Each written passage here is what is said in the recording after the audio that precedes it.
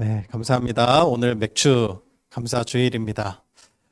우리가 계속 이제 누가복음 강해를 해왔는데 오늘은 절기 설교로 함께 말씀을 좀 나누겠습니다.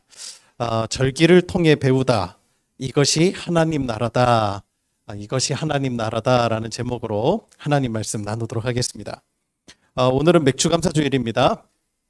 맥주 감사 주일은 우리 한국 교회의 고유한 절기인데요. 그 절기의 명칭에서 알 수 있듯이 이 절기는 우리나라의 보리 추수가 끝나는 시기에 맞추어서 그 소출에 대한 감사의 의미로 지켜지게 되었습니다. 과거 우리나라 농경 시대를 경험했던 어른들이나 그 시대에 대한 이해가 조금이라도 있는 분들이라면 이 절기의 감사주의를 지킨 성도들의 믿음이 얼마나 귀하고 아름다운 것이었는지를 깨닫게 됩니다. 이 절기는 보릿고개라고 불리는 1년 중 가장 견디기 힘든 식량난을 겪은 후에 맞이하는 보리추수의 계절이었습니다. 고통이 컸던 만큼 기쁨 또한 얼마나 컸겠습니까? 모두가 줄임배를 채우기 바빴던 그때에 한국 교회의 성도들은 가장 먼저 하나님의 은혜를 기억했다는 것입니다. 이것은 한국 교회의 귀한 믿음의 유산인 것이죠. 하지만 일각에서는 맥주 감사 주일이 성경에 근거한 절기가 아니라는 이유로 이 절기를 지키는 것에 대해서 반대하는 목소리가 있습니다. 또한 지금이 농경 시대가 아니기 때문에 시대착오적인 절기라고 주장하기도 합니다. 심지어 맥주 감사 주일은 교회 헌금 늘리기 위한 수단밖에 되지 않는다는 부정적인 시각도 있어요. 그러나 우리가 이 맥주 감사 주일이 한국 교회의 고유한 절기라고 해서 그 의미가 잘못되었거나 비성경적이라고 말할 수는 없습니다. 물론 구약 성서에 기록된 맥주절이 그 시기와 뜻에 있어서도 우리의 맥주 감사 주일과는 그 결이 좀 많이 다릅니다. 우리는 보리 추수를 모두 마친 그 7월 첫째 주일을 맥주 감사 주일로 지키고 있지요. 하지만 구약의 맥주절은 우리의 달력상 한 3월에서 4월 정도 경이고 또한 근본적으로 맥주절이라는 용어 역시 추수절로 번역해야 맞습니다. 맥주는 말 그대로 우리가 그 보리의 추수를 뜻하지 않아요? 보리 맥자죠. 그리고 거들 추자인데 이 보리의 추수를 의미합니다. 맥주절로 번역된 구약의 추수절기는 사실상 밀 수확이 끝나는 시기예요. 그래서 보리 수확은 이미 밀 추수가 시작되기도 전에 이미 다 맞춰진 상황입니다. 그러니까 맥주절을 지키라라고 얘기를 했을 때 이미 맥주의 추수는 이미 한참 전에 끝났다는 거예요. 즉, 이 절기는 밀을 포함한 그해 곡식 추수가 이미 끝난 시기이고 이 보리 추수와는 시기가 맞지 않을 뿐더러 결정적으로는 원어에는 보리와 관련된 의미를 포함하고 있지 않기 때문에 이 추수절이라고 표기해야 정확한 번역이라고 할 수 있습니다. 따라서 우리에게 익숙한 구절들이 있죠. 출애굽기 23장 16절에 보면 맥주절을 지키라. 이 구절은 추수절을 지키라로 또 34장 22절에 기록된 맥주의 초실절은 밀의 초실절이라고 번역해야 정확한 의미입니다. 그러나 우리의 맥주 감사 주일과 구약의 맥주절이 모두 추수에 관한 절기라는 점에서는 그 의미와 성격이 같습니다. 두 절기 모두 기쁨의 절기이자 하나님의 은혜를 기억하는 절기이기 때문에 그래요. 그래서 우리의 맥주 감사 주일과 구약의 맥주절은 그 중심이 맥을 같이 한다고 볼 수 있습니다. 또한 성경은 하나님의 은혜를 기억하고 지키라고 교훈하죠. 그렇기 때문에 맥주 감사 주일은 비성경적인 절기라고 폄하될 수가 없습니다.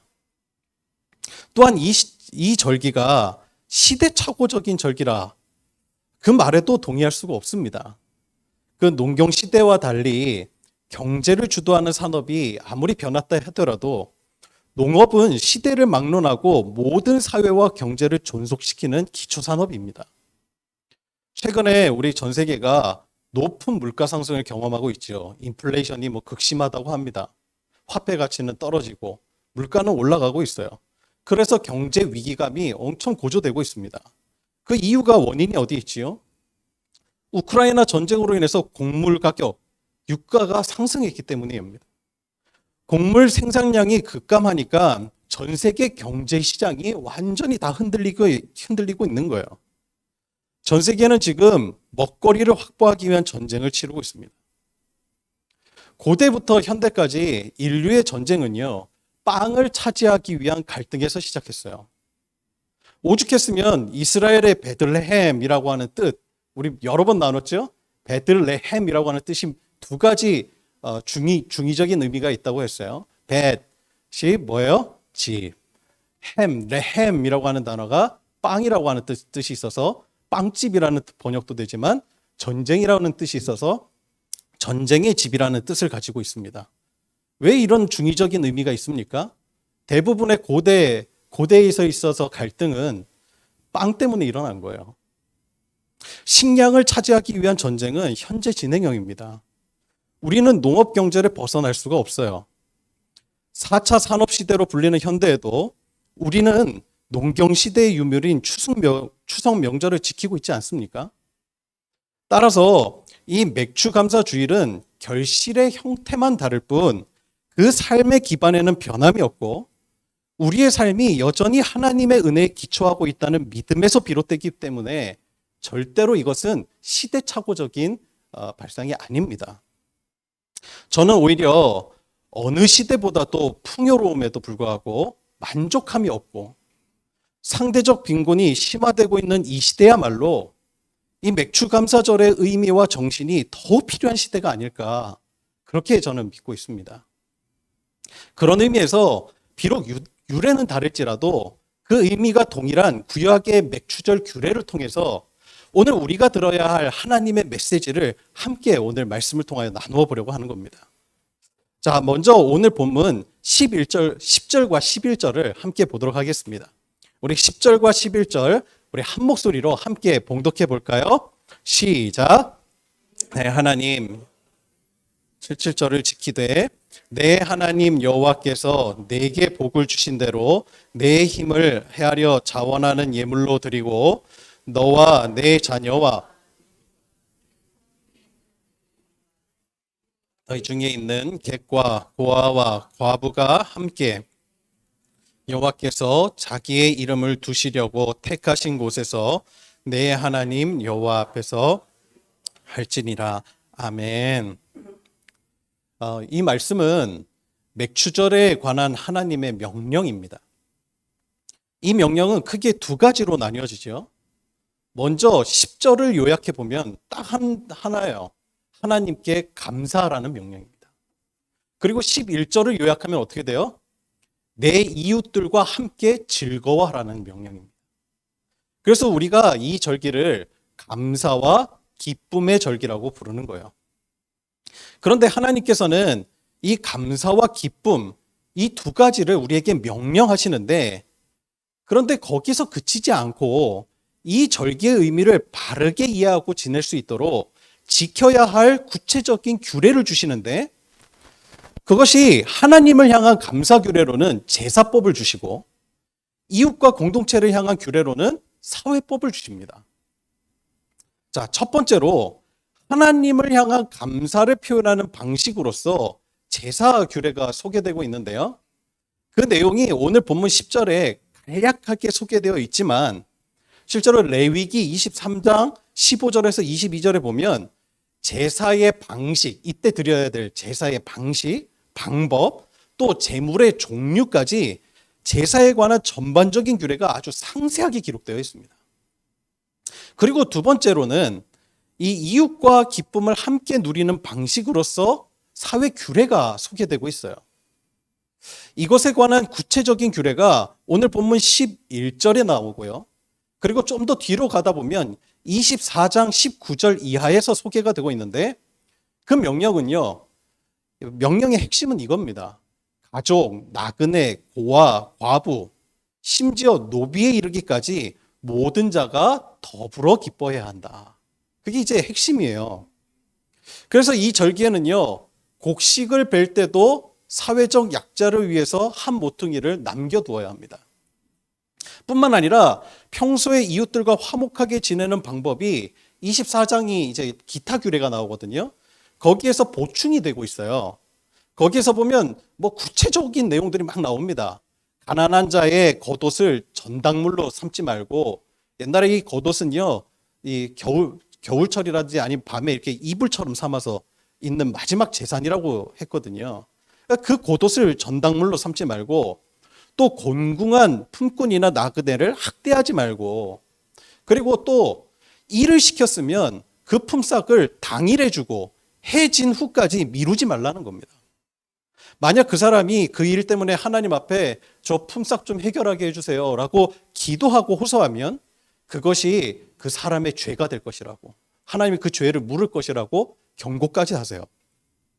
또한 나그네가 고아에게 보호자가 없다고, 그들이 보호자가 없다고 송사하는 일을 억울하게 다루지 말라고 하나님이 명령하시고요.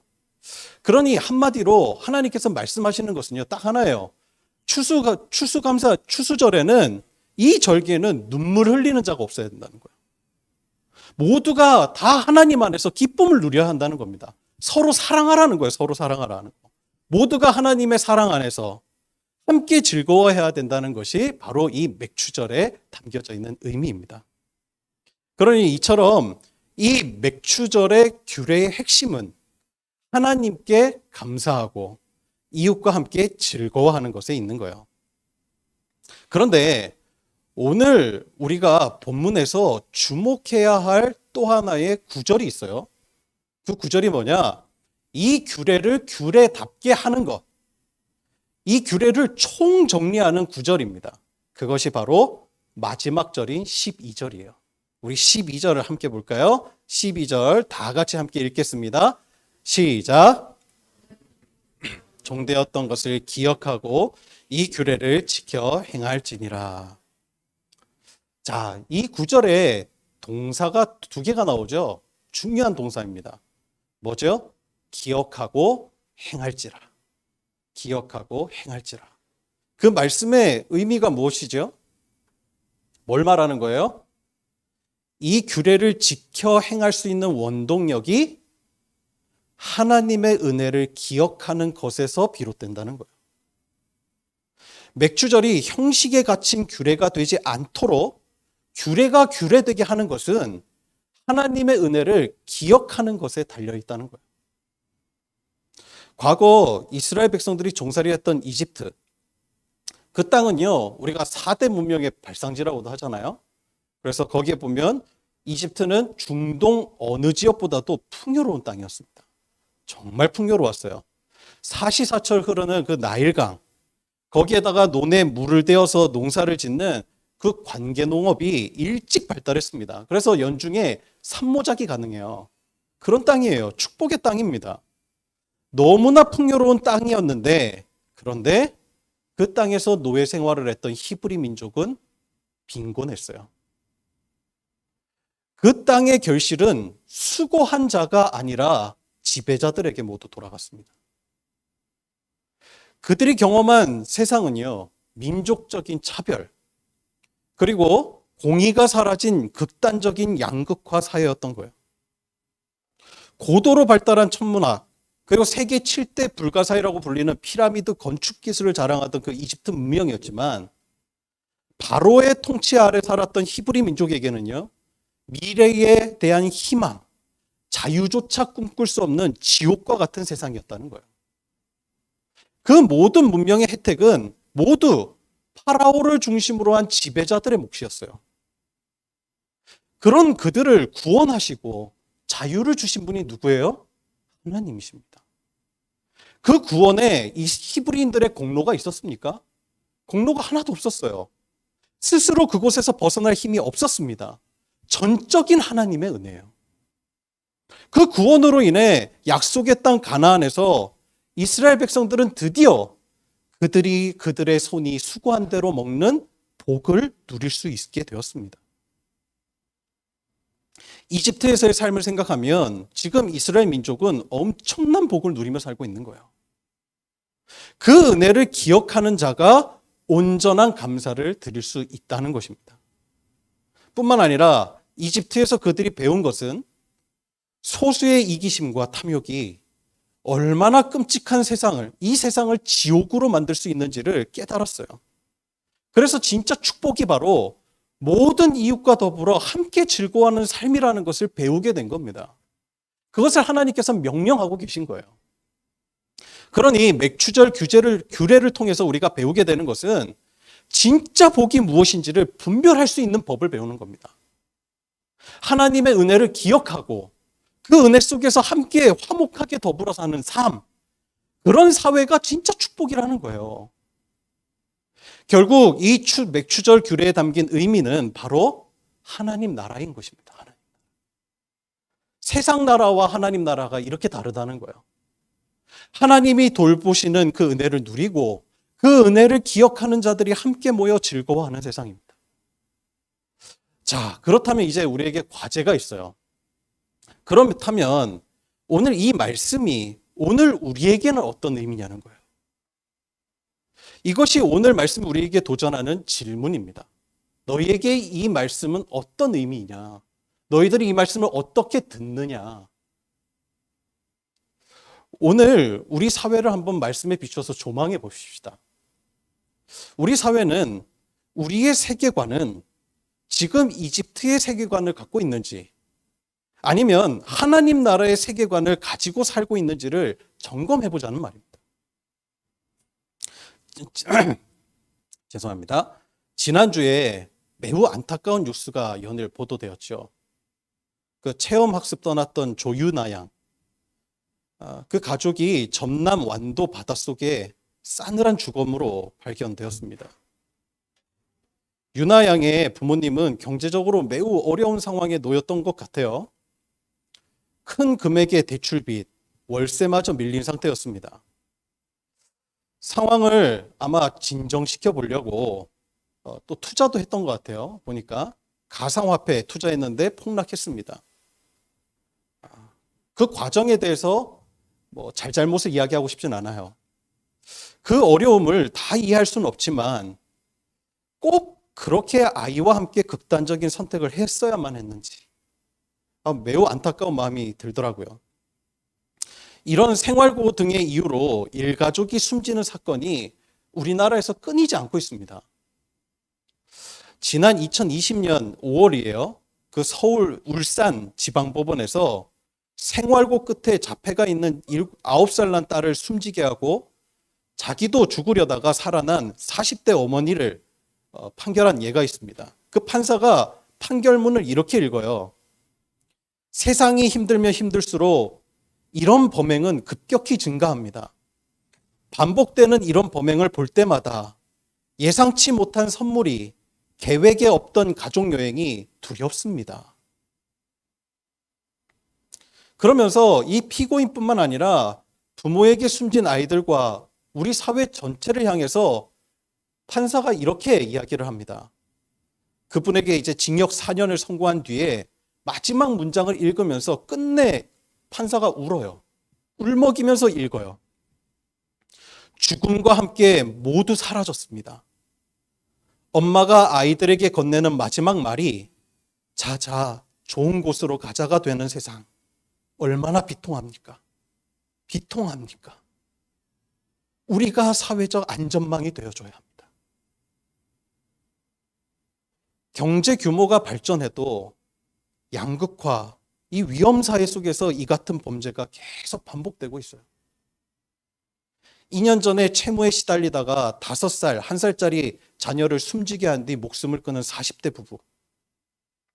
빚독촉 받았다며 초등학교 1학년, 5학년 아들과 함께 죽음을 택한 부모. 사체 때문에 4살도 안 된 남매와 어린이날의 삶을 마감한 부모도 있었어요. 한 연구에 따르면 2000년부터 2020년, 20년간 언론에만 보도된 이 가족, 동반 자살 또는 이 아이들 살해, 비속 살해 사건은 이 400건이 넘는다는 거예요. 400건. 엄청난 건수 아닙니까? 매달 일어나는 거예요, 매달. 이번에 조윤아 양 얘기가 아닙니다. 우리나라는 OECD 국가 중에 17년째 자살률 1위를 기록하고 있어요. 상대적 빈곤율은 4위이고 연령이 올라가면 올라갈수록 그 격차가 커져서 노인 빈곤율은 세계 1위입니다. 자살의 주요 원인은 양극화된 상대적 빈곤율과 박탈감이었어요. 특히 우리나라 노인 기대 수명이요, 전 세계에서 가장 높거든요. 그런데 빈곤율 역시 세계 최고예요. 문제는 이러한 양극화의 원인이 노동의 결과 때문에 주어진 게 아니라 기회의 결과 때문에 벌어졌다는 거예요. 요즘 뉴스를 한번 보세요. 참 기가 막힌 일들 많습니다. 주거의 목적보다 시세 차익, 그 기회를 얻기 위해서 젊은이들이 영끌해서 부동산에 투자했습니다. 그런데 우크라이나 전쟁으로 인해서 세계 경제 위기로 인해서 금리 높아지니까 어떻습니까? 다들 신음소리네요.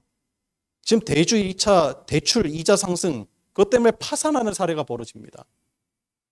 일확천금 얻을 그릇된 목적으로 이 가상화폐 투자했다가 최대 마이너스 99%라고 했나요? 그거에 달하는 폭락으로 청년 신용불량자가 수가 급증했다고 합니다. 여러분, 탐욕의 결과가 이렇게 비참해요. 그렇다면 한번 생각해 보십시다. 이들의 그 실패가 비단 그들의 문제로만 치부할 수 있겠냐는 거예요. 우리 사회 전반에 흐르고 있는 가치관의 결과인 거예요. 온갖 미디어를 한번 보세요. 요즘 TV를 틀어보세요. 유튜브를 보세요. 기회를 잡으라고 부추깁니다. 노동의 가치가 상실했어요. 남들은 기회 잡아서 노동만으로 벌 수 없는 큰 금액 벌어서 잘 사는 모습을 보니까 노동에 의해서 살아가는 자신이 매우 어리석게 보입니다. TV에는 틀어보면 부유한 연예인들 집이 예능에서 계속 나와요. 너무 잘 살아요. 상류층의 생활이 유튜브 콘텐츠로 인기가 너무 높습니다. 여러분들도 기회를 잡으세요. 이렇게 살 수 있습니다. 언제까지 그렇게 살 거예요? 노동에서는 이렇게 못 살아요. 계속 부추기는 사회예요. 인스타그램, 페이스북 같은 SNS는요. 모두가 다 잘 사는 것처럼 보여요. 모두 다 예쁘고 잘난 사람들밖에 없어요. 그래서 우리가 그걸 보면요, 상대적인 박탈감 느낍니다. 그런데 여러분, 거기에 그걸 보면서요, 박탈감 느끼시면 안 돼요. 왜 그런 줄 아세요?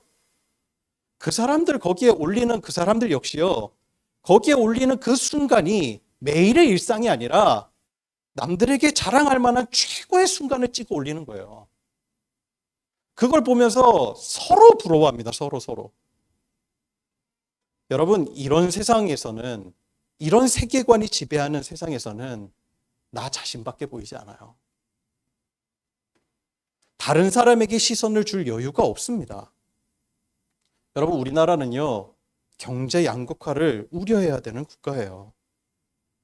유럽의 선진국들이 가장 우려하는 것이 양극화 문제입니다. 양극화는 이 노동을 해야 되는 사람들이 노동시장에서 이탈하게 되는 원인이 돼요. 일할 필요가 없다는 거예요. 일해봤자 내가 이 지금의 상황을 극복할 수 있겠냐는 거예요. 그러니 일 안 나갑니다. 그러다 보니 어떻게 되죠? 결국 이것이 빈곤 지역의 슬럼화, 그리고 높은 범죄율로 이어지더라는 거예요. 어느 국가나 그 사회의 일원으로서 인간의 존엄을 유지하며 살아갈 수 있는 최소한의 필요가 있어요. 그것을 충족하는 것이 복지의 역할입니다. 그것을 과거에는요, 우리 한국교회가 많은 부분을 감당해왔어요. 그런데 지금은 한국교회가 비집고 들어갈 공간이 별로 없습니다. 왜? 우리나라 잘 살거든요. 그래서 우리나라 예산으로요, 복지에 대한 교회가 할 수 있는 일보다요, 훨씬 더 많은 복지를 지금 하고 있어요. 일들이 다양한 사업들이 굉장히 많습니다. 우리가 몰라서 못 찾아먹죠. 정말 다양한 이 사업들. 그래서 그거 찾아보면요, 우리나라가 정말 잘 돼 있구나. 우리나라 진짜 대단한 나라다라는 뿌듯한 자부심이 들 정도로 잘 되어 있어요. 물론 보완해야 될 부분들도 많이 있죠. 지금요, 교회가 물질 가지고 도와줄 수 있는 영역이 많지 않습니다.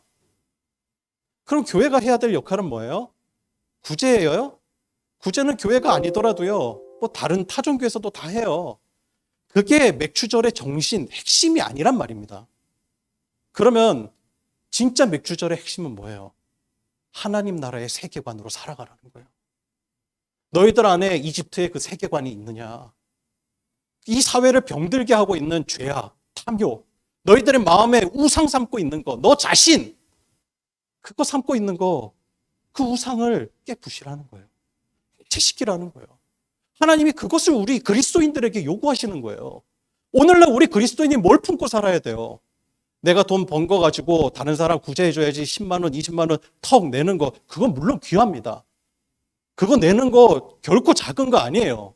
그런데 때때로는요, 여러분, 돈으로 도와주는 게요, 가장 쉬운 방법일 때도 있어요. 왜? 마음을 안 써도 되니까. 내가 가서 직접적으로 도와주지 않아도 되니까 신경 안 써도 되잖아요. 그러면서도 돈 내고 나면 그래도 도왔다는 뿌듯함도 있고 양심의 가책이 덜 느껴지잖아요. 여러분, 우리가 잘 보아야 돼요. 하나님께서는 우리의 중심을 보신다 하셨어요. 우리의 중심, 맥추절의 너희들의 마음의 상태가 어떠냐는 거예요. 이 맥추절을 정말 하나님 나라라고 생각하고 너희들의 심령을 그 마음을 품고 살아가고 있냐는 거예요. 여러분, 세상이 지금 복지 일 다 하고 있어요. 그러면 우리 한국교회는 손 놓고 있어야 됩니까? 아니요. 사회와 정부가요, 복지를 아무리 많이 해줘도 하지 못하는 것이 있어요. 그게 뭐예요? 사람들의 생각과 마음을 지배하고 있는 세계관이에요. 무서운 이기주의, 성장주의, 자기 자신을 우상으로 삼는 마음, 그게 죄인 줄도 모르고 살아가는 사람들의 탐욕, 우상숭배. 여러분, 그에 따른 양국. 이것을 깨우쳐 줄 수 있는 게 어디지요? 바로 하나님의 말씀밖에 없는 거예요. 하나님 말씀 앞에 서면 지난 한 주 동안 내가 어떻게 살았는지, 내가 하나님 말씀 따라 살았는지, 사랑하며 살았는지, 누군가를 미워하며 살았는지, 탐욕을 하나님이라고 부르짖으면서 살진 않았는지, 나 자신의 이름을 높이기 위해서만 열심내며 살지는 않았는지, 하나님이 말씀을 통해서 우리에게 비추어 주시고 깨닫게 하신다. 여러분, 이 세상을 구원할 힘이 어디 있어요?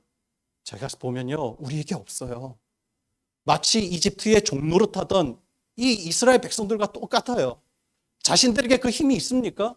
아무런 소망도 없어요. 이겨낼 힘도 없어요. 죄의 종노릇하고 있는 우리의 모습도 똑같아요.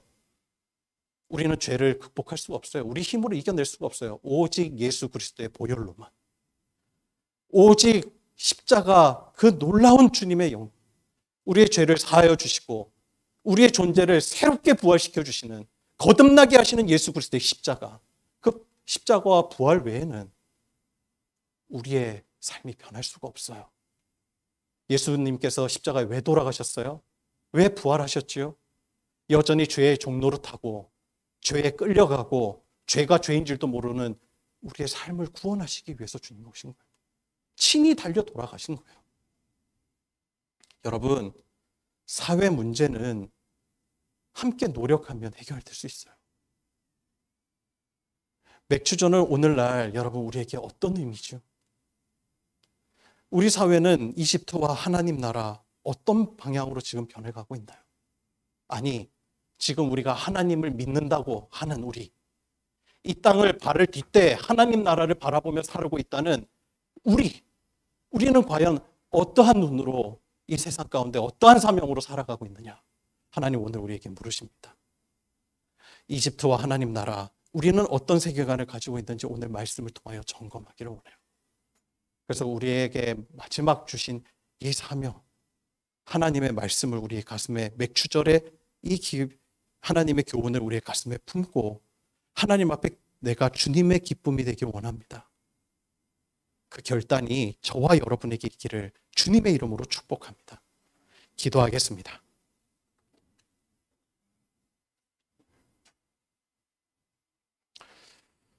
하나님, 오늘 우리가 맥주 감사주의를 하나님 맞이하였습니다.